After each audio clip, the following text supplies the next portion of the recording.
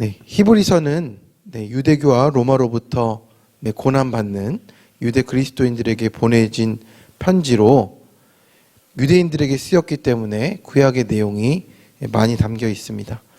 그래서 히브리서를 신약 속의 구약이라고 하기도 합니다. 그래서 유대인들은 스스로 결코 하나님께 나아갈 수 없고 제사장을 통해서만 나아갈 수 있다라는 믿음을 가지고 있었습니다. 그래서 현재 카톨릭 교회도 여전히 사제를 통해서만 하나님께 나아갈 수 있다 이렇게 가르칩니다. 그래서 아직도 고해성사나 기도를 대신해주는 이런 것들이 남아 있습니다. 하지만 그것은 성경적이지는 않습니다. 히브리서는 그래서 예수 그리스도 안에서 하나님께 나아갈 수 있음을 증거하고 제사장이 없이, 그러니까 유대교적인 방법이 아니라 하나님께 나아갈 수 있게 하는 예수 그리스도가 얼마나 위대하신 분인가, 탁월하신 분인가를 계속 강조하고 있습니다. 그래서 4장에서 7장의 주제인 영원히 큰 대제사장이신 예수님을 이제 증거하면서 유대인들이 이제 크게 보았던, 아론보다 더 크게 보았던 제사장 멜기세덱에 대해서 이제 얘기를 하는 겁니다. 지난번에도 말씀드렸듯이 멜기세덱은 저희도 잘 그렇게 기록이 많이 남아있지 않아서 많이 알 수는 없지만 이제 히브리서에 설명되고 있는 부분으로 저희가 이해를 하게 되는 겁니다. 그래서 1절에서 3절에는 이제 멜기세덱의 프로필에 대해서 좀 나옵니다. 본문 1절에 이제 나오고 있는 멜기세덱은 창세기 14장에 나옵니다. 그래서 가나안에 있었던 이제 북부의 4개국의 연합군과 남부의 5개국 연합군이 이제 서로 싸우고 있었습니다. 그 와중에 이제 북부가 남부를 이겼는데 남부에는 그때 누가 있었냐면 아브라함의 조카 롯이 있었던 겁니다. 근데 롯이 이제 그 북부가 이기니까 소돔에 있었는데 이제 그 남쪽에 있었으니까 이제 포로로 끌려간 겁니다. 그래서 아브라함은 이 롯을 구출하기 위해서 자신의 집에서 훈련한 318명의 이제 사병들을 데리고 가서 이제 구해 오려고 이제 밤에 기습 작전으로 이제 끌려갔던 롯을 되찾아 옵니다. 그래서 오는 길에 봤더니 멜기세덱이라는 제사장이 떡과 포도주를 마련해서 아브라함을 영접한 겁니다. 그리고 그는 이제 사라졌고 그 이후로 성경에 나오는 것이 없습니다. 그래서 그 다음에 설명으로 나오는 게 이제 히브리서죠. 그래서 그렇게 등장하지 않는데 나중에 이제 시편 110편에도 이제 한 번 언급되긴 합니다. 이제 메시아를 예표하면서 한 번 등장하는데 이제 히브리서에 나오고 있는 겁니다. 그래서 오늘 그 프로필이 뭔지 봤더니 평화의 왕이고 지극히 높으신 하나님의 제사장이라고 이렇게 증거를 하고 있습니다. 참 지금에 있는 우리는 이게 무슨 말인가 너무 딱딱하고 또 설명적인 말이라 그렇게 많이 와닿지는 않습니다. 하지만 이 사람을 통해서 예수님이 어떤 위치인가를 드러내고 있는 겁니다.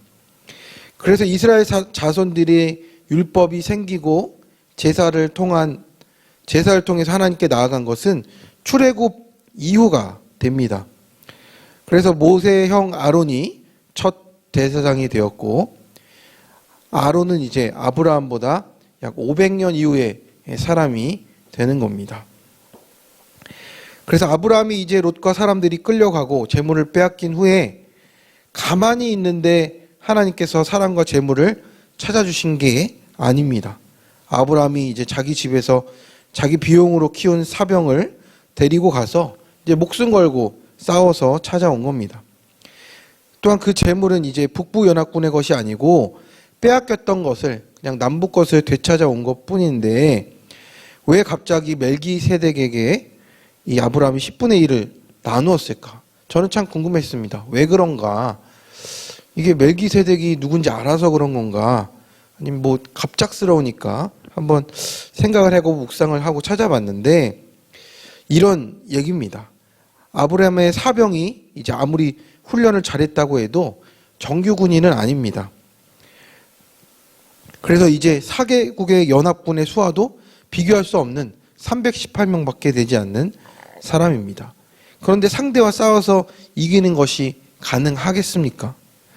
그래서 이제 멜기세덱을 만났을 때 멜기세덱이 지극히 높으신 하나님이여 아브라함에게 복을 주옵소서 이렇게 축복할 때 이 모든 과정에서 하나님이 역사하셨고 은혜를 입었다는 것을 아브라함이 부인할 수 없었기 때문에 아브라함이 그렇게 모든 것의 10분의 1을 드리게 된 것이라는 겁니다. 성도님들, 마찬가지로 우리도 하나님께 드리는 모든 예물이 그렇다라는 겁니다. 하나님께서 베풀어 주신 은혜에 대한 고백이지 내가 하나님께 어떤 공로를 쌓는다는 것이 아닙니다. 내가 가진 모든 것이 본래 내 것이 아니고 하나님이 주신 것, 이 모든 것이 우리가 은혜를 입어서 얻은 것이라는 고백 속에 드려지는 것이라는 겁니다.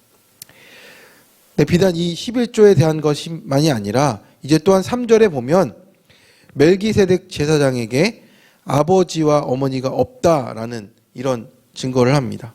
그러니까 인간적인 출생 방법으로 출생한 것이 아니라는 겁니다. 그래서 마태복음 1장에 보면 예수님의 족보가 나옵니다. 다른 사람의 예를 들면 이제 요셉이 예수를 낳았다 해야 되는데 그렇게 말하지 않습니다. 아니면 마리아가 낳았다 이렇게 얘기해야 되는데 원어로 보면 예수님의 출생은 수동태로 쓰이지 않고 예수님께서 마리아를 통해서 나셨다라는 능동태로 쓰여진 겁니다. 그런 것처럼 이제 멜기세덱도 시작한 날도 없고 생명의 끝도 없다라는 표현은 창조된 피조물이 아니다라는 증거가 되는 거죠. 그래서 이제 현재 사람들은 요새 한 8, 90년 살지 않습니까? 그런데 이제 창세기 때는 이것보다 10배 정도 살았는데 800년을 살든 900년을 살든 사실 피조물은 생명의 시작이 있고 끝이 있다라는 그런 존재라는 겁니다. 그런데 멜기세덱은 존재하지 않은 때가 없는 영원한 존재다. 그래서 3절은 그런 면에서 영원한 제사장 예수 그리스도를 증거한다라는 겁니다. 그래서 이렇게 프로필을 얘기하고 이제 4절에서 10절은 멜기세덱이 어떤 우월성과 탁월성을 가졌는지를 이야기하는 겁니다.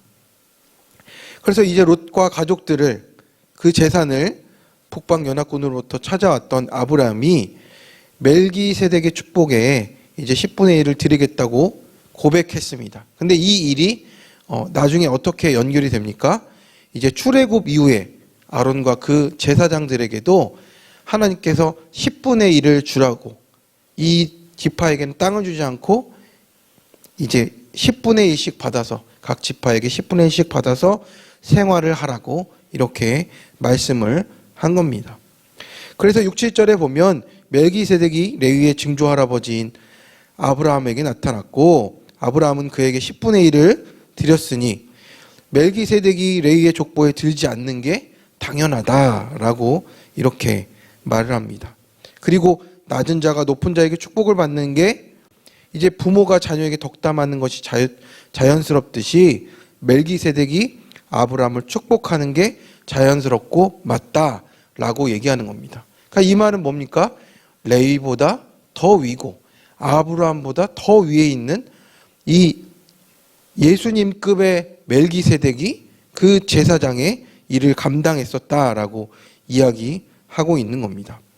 그래서 9절에서 10절에 보면 아브라함이 멜기세덱에게 10분의 1을 바쳤다는 내용이 반복해서 나오는데 이것은 11조를 강조한다. 이것보다 아브라함보다 멜기세덱이 더 위대하다라는 것을 강조하는 겁니다. 그리고 이제 레위 지파가 다른 지파들로부터 10분의 1을 받으니 더 크게 보일지라도 또 레위와 그 레위 지파 역시 멜기세덱에 비하면 아무것도 아니다라는 것을 강조하고 있는 겁니다. 그러니까 왜 이야기를 이렇게 장황하게 설명을 합니까? 이제 유대인들이 유대인 그리스도인들을 이렇게 핍박하고 있는 겁니다. 기독교가 참 미약했고 이제 예수님이 어떤 십자가의 사형수처럼만 비춰지고 있는 현실 속에서 유대교는 얼마나 기독교를 하찮게 보았겠습니까? 그리고 그 무리를 얼마나 무시했겠습니까? 더 큰 세력을 가진 유대교가 그리스도인들을 아주 못살게 군 겁니다. 그런 때 이제 히브리서 기자가 아브라함과 아론의 레위 지파는 멜기세덱에 비하면 아주 미미한 것이고, 또한 예수 그리스도는 그 십자가의 죽으심으로 이 멜기세덱을 따라가는 영원한 왕이고 영원한 대제사장이다라는 것을 강조하는 겁니다. 성도님들, 우리가 믿는 예수님이 얼마나 위대하신 분인지, 타고난 분이신지를 우리가 알고 믿는 것도 우리 믿음 속에 큰 자부심과 자긍심이 될 수가 있습니다. 오늘날 세상의 사람들은 어떻습니까? 세상에 크고 화려한 것이 더 크다고, 우리가 가진 믿음보다 더 크고 우월하다라고 생각합니다. 하지만 그 길을 따르고 그것을 따라가는 것이 잘 사는 것이 아닙니다.